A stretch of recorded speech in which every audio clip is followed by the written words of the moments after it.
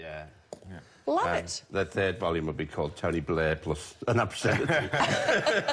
Did Margaret Thatcher actually steal your trousers? Well, in a sense, I think she stole all our trousers.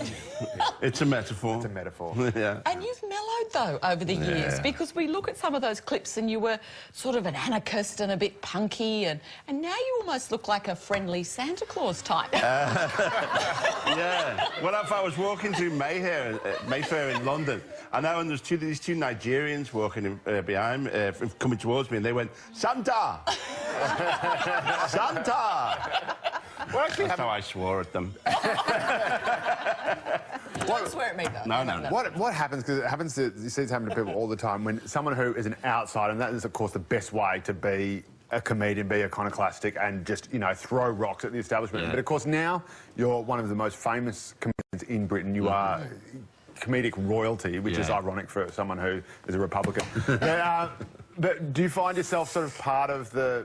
part of the system, I think for me it's vital to... I mean, I can't pretend to be the outsider punk anymore, but I think as much as you can, you have to genuinely maintain that outsider. Because I think the sacred role of the comedian is to speak truth to power, you know. Yeah. I also shout obscenities at the man on the meat counter in Sainsbury's, but that's something else. But that's a different protest. Alexei Sayle, it's so nice to have you on the panel all morning. We're actually going to give you a bit more of a grilling later on in the show. Alexei, I guess, you know, when you were growing up back in your day, school fights still happened, but they just weren't posted on the internet. Well, There's no internet available. Yeah, that's true. Well, actually, I went to a grammar school, and our school was merged with a comprehensive in the third year. And you used to have the best fighter in your school was called the cock of the school. You know? Really? Yeah. And so our cock from this grammar school met their cock from the comprehensive. And ours was like Queensbury rules, you know, like this. And the cock of the comprehensive like took him out in like 2 seconds. Yeah. He was like down. But then after that, yeah, exactly, this squat little kid. Later on, he was found at the wheel of an articulated truck, and he told the police, he said to the police, "Me mate, give it me." Too many head knocks. But after that, you know, peace reigned because we all knew where we stood in the hierarchy. Well, what's interesting, Alexei, how do you think the toilet roll should go, over or under?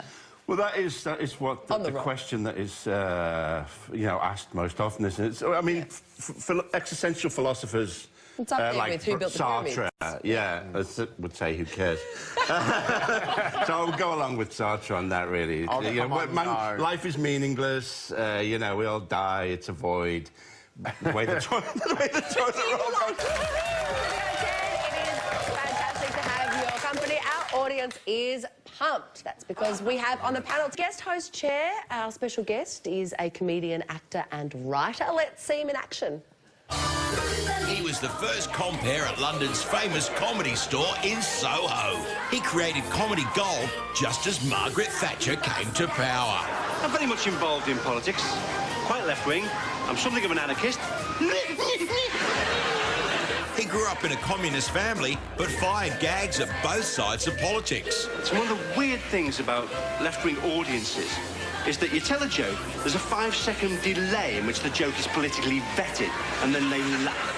He blazed a trail for new wave comedians, including the young ones. And his own TV shows raised plenty of eyebrows as well. Who is that fat bastard? Thanks to him, we know the sexy meaning of vegetables. Brussels sprouts. Sex. And his Cockney song for car lovers was a raging hit. And he's appeared in movies like Gorky Park and Indiana Jones. Ladies and gentlemen, please be upstanding for Alexei Sayle.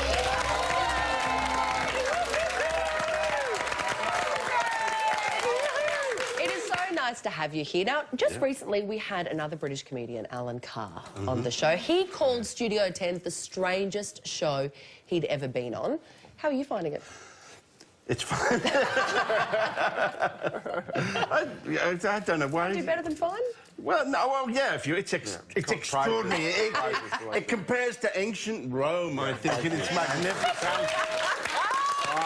Alexei, I was just trying to get you into the opener. I was hoping you'd say something funny. Welcome to the show. You have a brand new book, Thatcher Stole My Trails. I love the name of this, the title of this book. It's brilliant. Yeah, well, it's part of a series. Like the first one was Stalin at my homework about my communist childhood. Why are Stalin and Thatcher funny?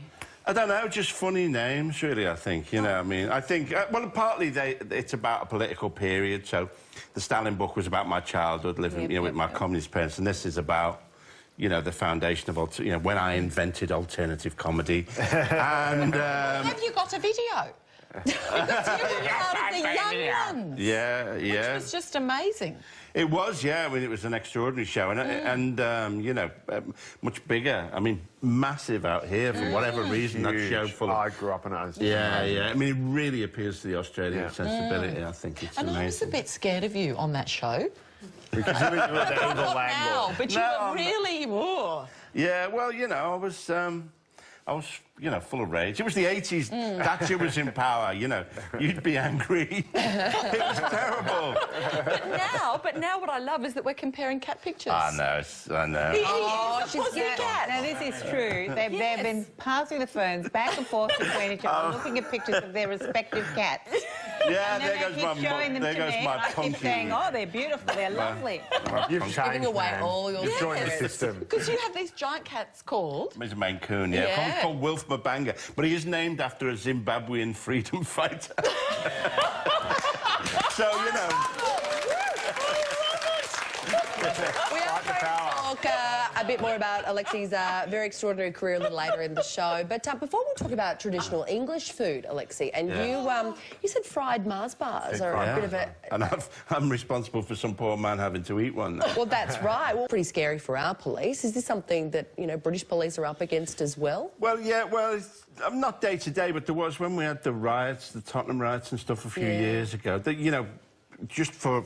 Briefly, people realised that, the calm of society depends on just a kind of social contract, because the police can't really sort it out, and just people realised that the police were powerless, really, and it was a kind of strange day. Mind you, I got a couple of nice tellies, out of it from that I looted, but, It's interesting, though, because ice plays a big problem. We have a huge ice epidemic here in this country. Do you have... No, it's not a...